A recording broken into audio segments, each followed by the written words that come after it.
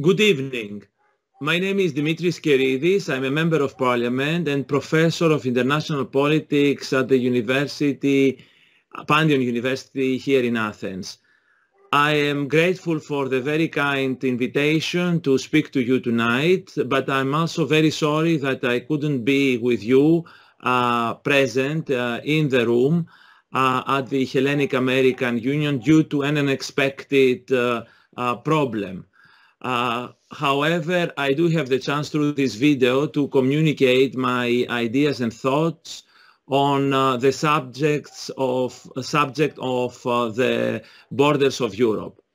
Allow me first to congratulate the Hellenic American Union for this initiative and its president, Mr. Kosko, for the wonderful meeting he and his people, his staff, his associates and assistants put together. It reconfirms the role that the Hellenic American Union plays in Greek life, in furthering and strengthening the excellent relationship between Greece and the United States and the connection between academia and public life. The relationship between Greece and America is historic, very strong, and has come to the fore recently due to events in Eastern Europe, in Ukraine, which will be the main topic of my presentation. I decided to speak about the eastern border of Europe and the problem it poses, both politically and obviously geographically. Because here is the paradox.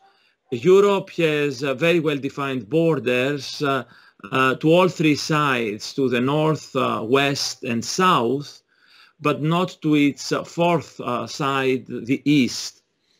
The northern, western, and southern border are well defined by the sea.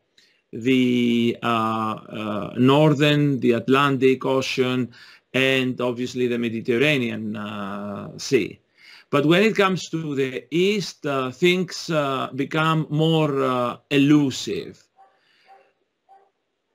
To begin with, there is an obvious lack of a clear-cut geographic border, since the mountains, the Ural Mountains, separating European Russia from Siberia, are too low and too easily overcome to pose a serious division between Europe and Asia.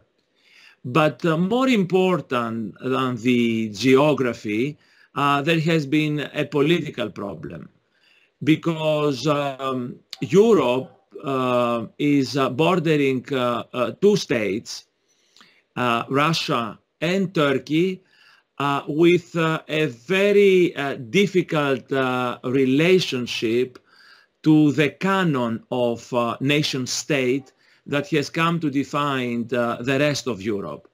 These are two states that emerged out of vanished empires, which continue to live with certain imperial nostalgia, to put it mildly, and feel quite uncomfortable with the ways, rules and regulations that the coexistence of sovereign and equal, in that regard, nation states pose. This has become even more acute with the present-day crisis that we see in Ukraine, which is basically the product of that imperial nostalgia and the inability of present-day Russia to reconcile with its statue of a nation state surrounded by other nation states and its lingering imperial ambitions. To a lesser degree, but still very much present, the same problem is found in Turkey as well, that make the two states, Russia and Turkey,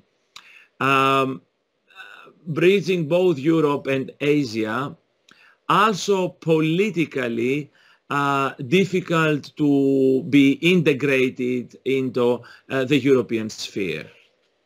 Now, we are confronted with a severe crisis caused by the Russian invasion of Ukraine. There are many opinions and views about what is to happen next and how this crisis will end.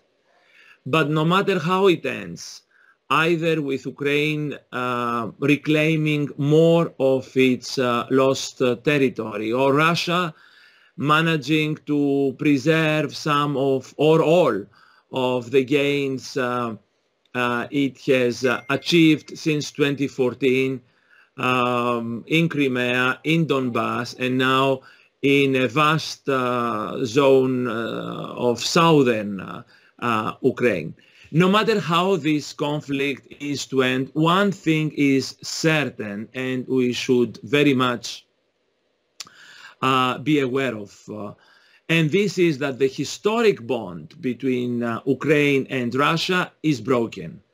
A bond that had to do with language, with culture, with religion, with economy, with politics, even with families, because of President Putin's unprovoked aggression is broken.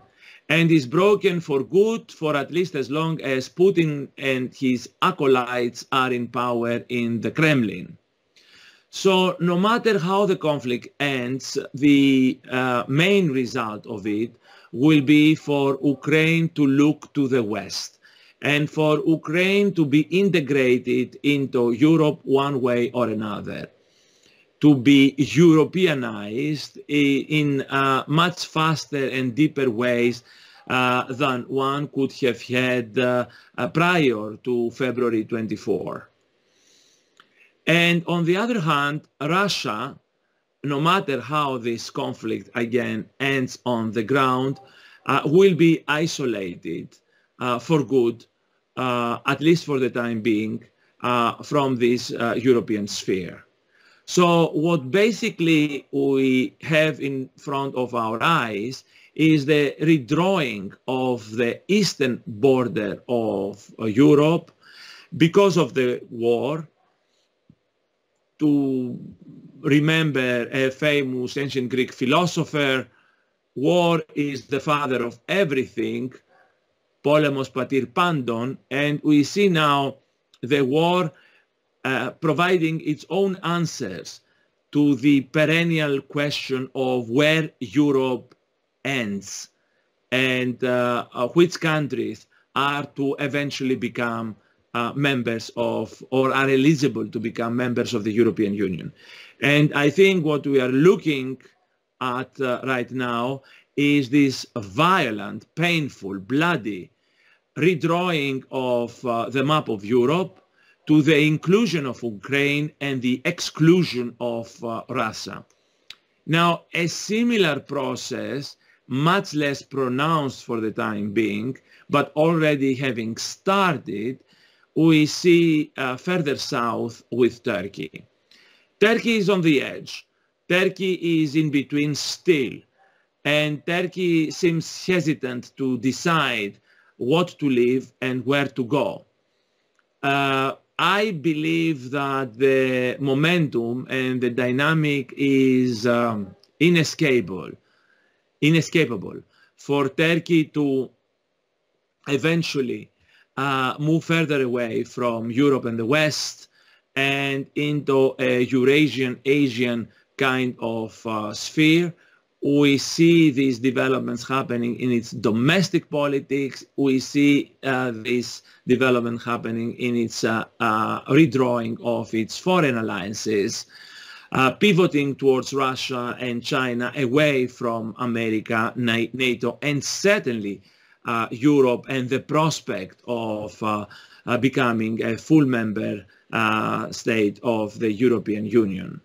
So although this process is far from being concluded in the case of Turkey, I believe that it has already started. And as a result, what we are looking right now vis-à-vis borders is a clear-cut divide between Europe on the one hand, including Ukraine and all states to its west, closing this perennial question of how European or non-European these lands are, and how, if and how fast they should be integrated into the European Union.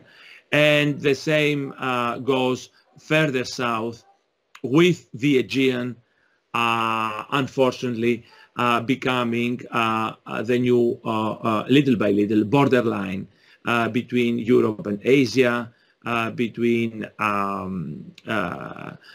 Greece and Turkey, between the sphere of Europe with liberalism, democratic governance, and a strong transatlantic security relationship on the one hand, and Turkey to the east of that. This is the thoughts I wanted to share with you, starting from the original problem and challenge, and coming to the present day problem provided by the unfortunate war in Ukraine and the ultimate political consequences of Putin's decision, because I firmly believe this is more of Putin's war and less of the Russians themselves war. The decision of Putin to go to war has had and will continue to have this consequence of redrawing the border and establishing a European Ukraine. Thank you very much for listening. I wish the rest of the conference participants well. And again, let me congratulate the organizers for this very timely initiative. Thank you.